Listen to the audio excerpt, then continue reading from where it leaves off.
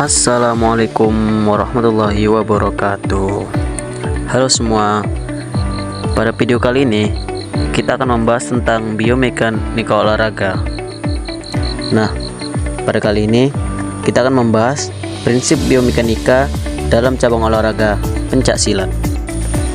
Nah, biomekanika adalah ilmu yang mempelajari gerakan tubuh dan gaya yang bekerja pada saat tubuh beraktivitas fisik. Nah, dalam pencak silat, pemahaman tentang biomekanika sangat penting untuk meningkatkan efisiensi gerakan, mengoptimalkan tenaga, serta mencegah cedera pada saat melakukan kegiatan aktivitas fisik tersebut. Selanjutnya, prinsip biomekanika dalam pencak silat. Nah, yang pertama itu ada hukum kelembaman inersia. Ketika seorang pesilat diam, ia akan tetap diam kecuali ada gaya yang menggerakkannya. Ketika bergerak, ia akan terus bergerak kecuali ada gaya lain yang menghentikannya. Contohnya itu seperti gerakan menyerang dengan tendangan. Gerakan tendangan membutuhkan keseimbangan agar tidak kehilangan kendali setelah melakukan serangan tersebut. Nah, selanjutnya yang kedua itu ada hukum percepatan. Semakin besar gaya yang diberikan pada gerakan, semakin cepat dan kuat pula gerakan tersebut. Contoh, pukulan atau tendangan yang didukung dengan kekuatan otot yang maksimal. Apabila kekuatan otot maksimal, maka tendangan dan pukulan tersebut akan lebih cepat dan kuat. Yang ketiga, ada hukum aksi dan reaksi. Setiap aksi akan menimbulkan reaksi yang berlawanan tetapi sama besarnya. Contoh, ketika si pesilat melakukan dorongan ke lawan, tubuhnya juga mendapatkan reaksi yang berlawanan, sehingga perlu keseimbangan yang baik. Yang keempat, ada keseimbangan dan pusat gravitasi. Posisi tubuh yang rendah dan stabil akan meningkatkan keseimbangan. Contoh, kuda-kuda dalam pencak silat yang dirancang untuk menjaga keseimbangan tubuh saat menyerang dan bertahan. Yang kelima, ada momentum dan rotasi. Nah, gerakan memutar seperti tendangan sabit atau pukulan berputar dapat membuat momentum untuk menghasilkan tenaga yang lebih besar. Nah, selanjutnya kita akan membahas latihan untuk meningkatkan kekuatan dan fleksibilitas.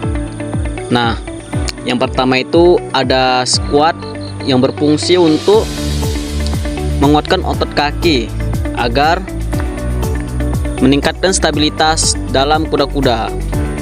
Nah, cara melakukannya itu pertama, berdiri dengan kaki selebar bahu, lalu punggung diluruskan. Yang kedua, turunkan tubuh dengan menekuk lutut, kemudian dorong pinggul ke belakang seperti sedang duduk di kursi. Nah, yang ketiga itu ada jaga dada tetap tegak dan lutut tidak melewati ujung jari kaki. Selanjutnya, dorongkan kembali posisi berdiri dengan menekan tumit. Nah, kurang lebih seperti itu cara melakukan squat. Nah, yang kedua ada push up. Nah, tujuan push up ini untuk menguatkan otot lengan dan bahu agar ketika melakukan pukulan itu menjadi meningkat powernya. Nah, mungkin kalian sudah nggak asing lah dengan push up ini dan mungkin sudah tahu cara melakukan gerakannya. Tapi tetap akan saya kasih tahu. Yang pertama itu, posisikan tubuh terlungkup dengan tangan sedikit lebar dari bahu kalian. Selanjutnya jaga tubuh lurus dari kepala hingga tumit seperti papan. Selanjutnya turunkan tubuh dengan menekuk siku hingga dada hampir menyentuh lantai. Nah, seperti itu lakukan terus menerus sampai bahu terasa pegal atau terasa lah. Nah, selanjutnya itu ada gerakan hip knee up. Ini berfungsi untuk melatih kelincahan dan daya ledak untuk tendangan agar speednya lebih terlatih dan lebih cepat lah. Speed itu artinya kan cepat. Nah, fungsi lainnya itu bisa menguatkan otot kaki untuk meningkatkan stabilitas dalam kuda-kuda juga, dan meningkatkan kekuatan otot paha serta memperbaiki postur tubuh saat menyerang.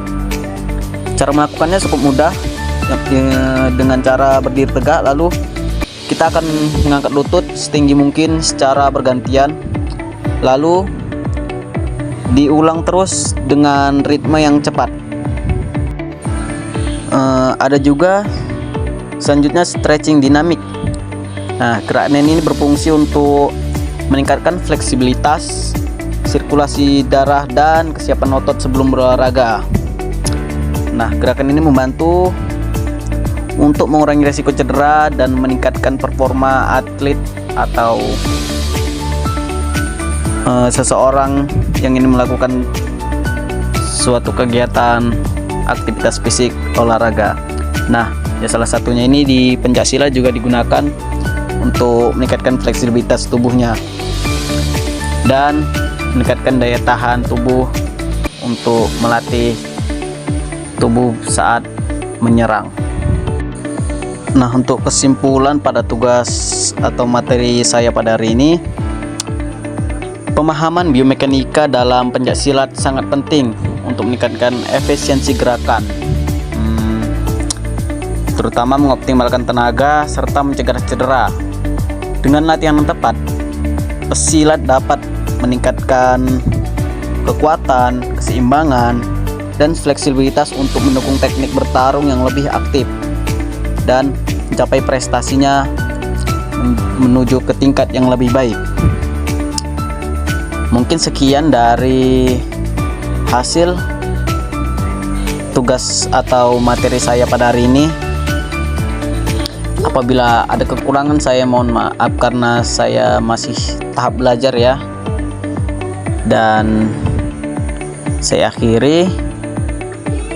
Assalamualaikum warahmatullahi wabarakatuh. Sampai jumpa di pertemuan berikutnya. Semoga bermanfaat.